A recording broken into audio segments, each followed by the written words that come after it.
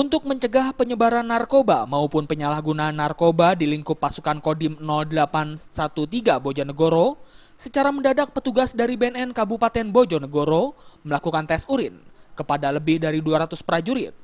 Tes ini dilaksanakan di Aula Ahmad Yani, Markas Kodim 0813 Bojonegoro.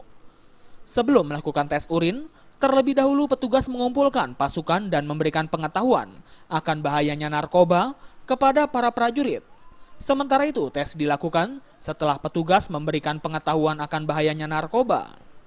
Satu persatu prajurit di lingkup Kodim 0813 Bojonegoro maupun dari Koramil di 28 kecamatan di Kabupaten Bojonegoro bergantian menyerahkan urin mereka untuk dites. Bagi prajurit yang nantinya positif terjangkit narkoba, akan diberikan sanksi militer dan diharuskan menjalani rehabilitasi. Kegiatan penyuluhan P4GN, penyuluhan penanggulangan tentang bahaya narkoba dengan tujuan menerapkan kepada seluruh prajurit yang ada di Kodim Bojonegoro agar tidak terjangkit atau terkena virus bahaya narkoba. Bila mana ada seorang prajurit atau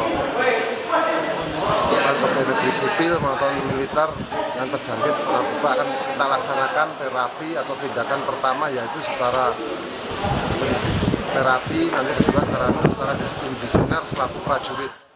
Pihaknya juga menambahkan tes narkoba ini akan kembali dilakukan di Kodim 0813 Bojonegoro. Namun tes urin tersebut akan dilakukan secara mendadak. Dari Bojonegoro, Jawa Timur, Sumali Malwapati melaporkan.